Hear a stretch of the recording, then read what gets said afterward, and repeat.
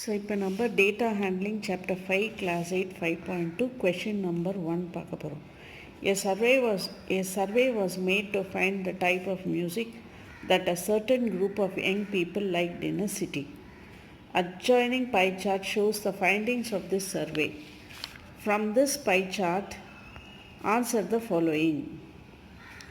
So இதுதான் pie chart. Light music 40%, semi classical 20%, classical music 10%, folk music 30%.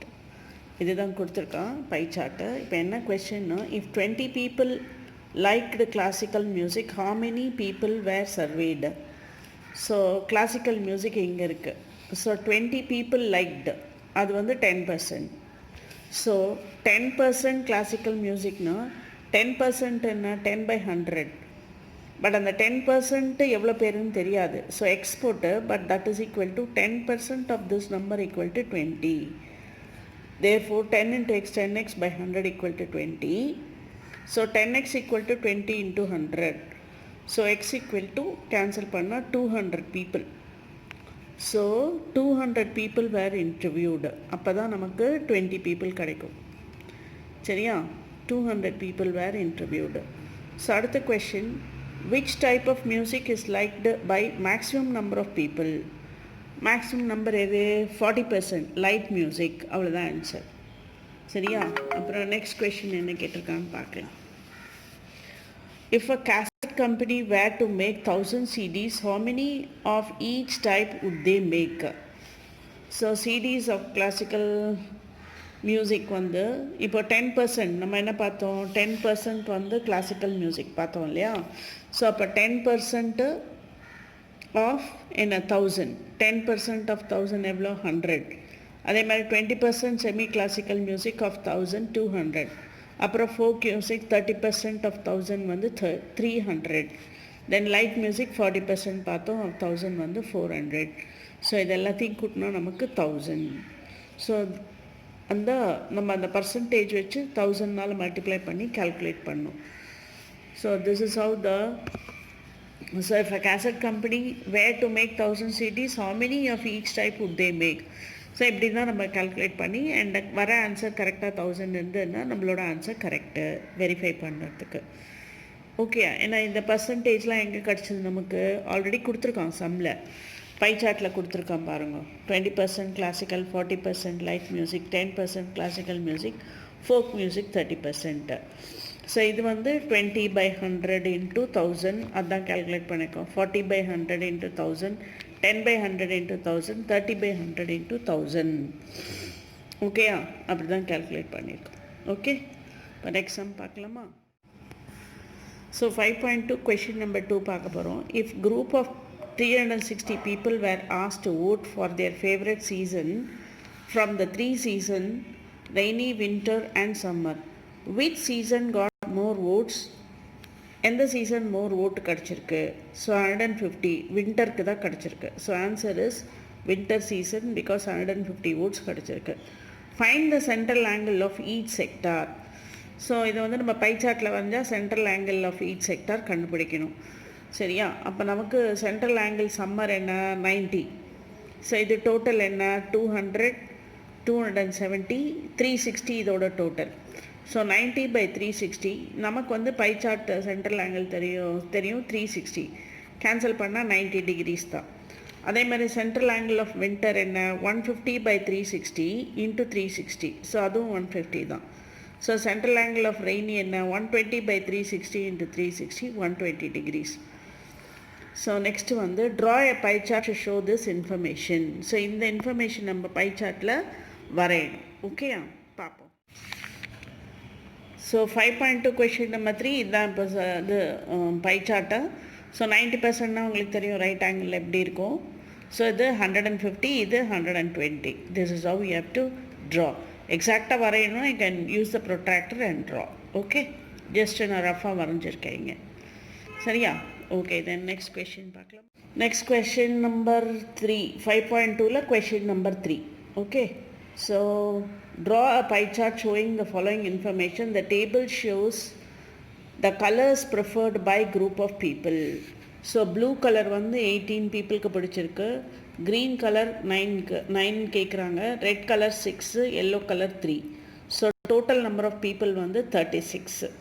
இதை by சார்ட்டில் போடணுன்னா நம்ம என்ன பண்ணோம், ஃபஸ்ட்டு ப்ளூ வந்து 18/36 இன்ட்டு 360 அப்படி போட்டு தான் பை சார்ட்டில் போட முடியும். ஓகே, இப்போ அப்படி தான் கண்டுபிடிக்கணும். 18/36 இன்ட்டு 360. ஸோ இது போனால் 10, 180. அதே மாதிரி 9/36 இன்ட்டு 360 90 டிகிரிஸ் இங்கே கொடுத்துருக்காங்க பாரு. அப்புறம் 6/360 6/36 இன்ட்டு 360. ஸோ அதை தான் கேன்சல் பண்ணால் இது 60 வரும். தென் 3/36 இன்ட்டு 360. ஸோ அது 3 × 10 30 வரும். சரியா? ஏன்னா 36ம் 360 கேன்சல் பண்ணால் 10. ஸோ எல்லாத்தையும் 10ஆல் மல்டிப்ளை பண்ணிக்கணும், அவ்வளோதான். 18 × 10 180, 9 × 10 90, 6 × 10 60, 3. ஸோ அப்போ அவ்வளோதான். ஸோ 6 × 10 3, 6 × 10 60, 3 × 10 30. ஓகே, ஸோ எக்ஸசைஸ் 5.2ல கொஷின் நம்பர் 4 இப்போ பார்க்க போகிறோம். The adjoining pie chart gives the marks scored in an examination by a student in Hindi, English, Mathematics, Social Science and Science. If the total marks obtained by the students were 540, total வந்து 540. Answer the following questions. So pie chart என்ன கொடுத்துருக்கான், Maths 90 degrees, Social Science 65 degrees, Science வந்து 80 degrees, இது 70 degrees, இது 55 degrees. சரியா? இதுக்கு நம்ம இந்த மார்க்கு கண்டுபிடிக்கணும். இதோட சென்ட்ரல் ஆங்கிள், இதோட டோட்டல் மார்க் எல்லாத்துலேயும் 540, அதோட சென்ட்ரல் ஆங்கிள் 360 டிகிரிஸ். இப்போ 90 டிகிரி சென்ட்ரல் ஆங்கிள் சொன்னால் அதோட மார்க் என்ன? அப்போ அவன் என்ன கேட்குறான், 105 எந்த சப்ஜெக்டில் வாங்கியிருக்கான், அதோட சென்ட்ரல் ஆங்கிள் என்ன? அது அடுத்த கொஷின் இங்கே இருக்குது. Okay, in which subject did the student score 105 marks? எந்த சப்ஜெக்டில் 105 வாங்கியிருக்கான், அதோட சென்ட்ரல் ஆங்கிள் என்னன்னு கேட்குறான். Hint for 540 marks, the central angle is 360. So for 105 marks what is the central angle?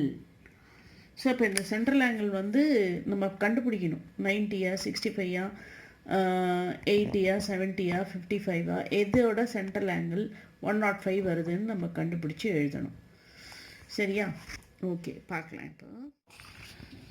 So இப்போ சென்ட்ரல் மேத்ஸுக்கு 90 டிகிரிஸ் இருக்குது. 90/360 × 540 போட்டு கேன்சல் பண்ணினால் இது வந்து 40, இது வந்து 60. 9 4s are 9 6 are இல்லையா, 40 60 ஆகுது. அப்புறம் திருப்பி இதை கேன்சல் பண்ணால் 10ல் 4 6, அப்புறமா இதையும் கேன்சல் பண்ணால் 245. சரியா? 245. தென் இதையும் கேன்சல் பண்ணால் 3. So 45 × 3 is 135. ஸோ மேத்ஸில் வந்து 135, அதோட சென்ட்ரல் ஆங்கிள் வந்து 90 டிகிரிஸ். ஓகே, இப்போ 65 டிகிரிஸாக இருந்தால் என்ன சென்ட்ரல் ஆங்கிளாக இருந்தால் 65/360 × 540. அது மாதிரி நம்ம கேன்சல் பண்ணால் 97.5 வருது. ஸோ சோஷியல் சயின்ஸ் மார்க்ஸ் வந்து 97.5, அதோட சென்ட்ரல் ஆங்கிள் வந்து 65 டிகிரிஸ். அதுக்கப்புறம் சயின்ஸ்லேயும் அதே மாதிரி 80/360 × 540. டோட்டல் மார்க்ஸ் இது சென்ட்ரல் ஆங்கிள் இது. சரியா? ஸோ இதெல்லாம் கேன்சல் பண்ணால் 120 வருது. ஸோ சயின்ஸில் வந்து 120, சென்ட்ரல் ஆங்கிள் வந்து 80 டிகிரிஸ். ஸோ ஹிந்தியில் வந்து 70 டிகிரி, 70/360 × 540 எல்லாம் கேன்சல் பண்ணால் 105. ஸோ 105 எந்த சப்ஜெக்ட்டுன்னு கேட்குறான், ஹிந்தி தான், அதோட சென்ட்ரல் ஆங்கிள் 70 டிகிரிஸ். ஓகே, இதுதான் ஆன்சர். ஓகே, மிச்சதையும் பார்த்துடலாம்.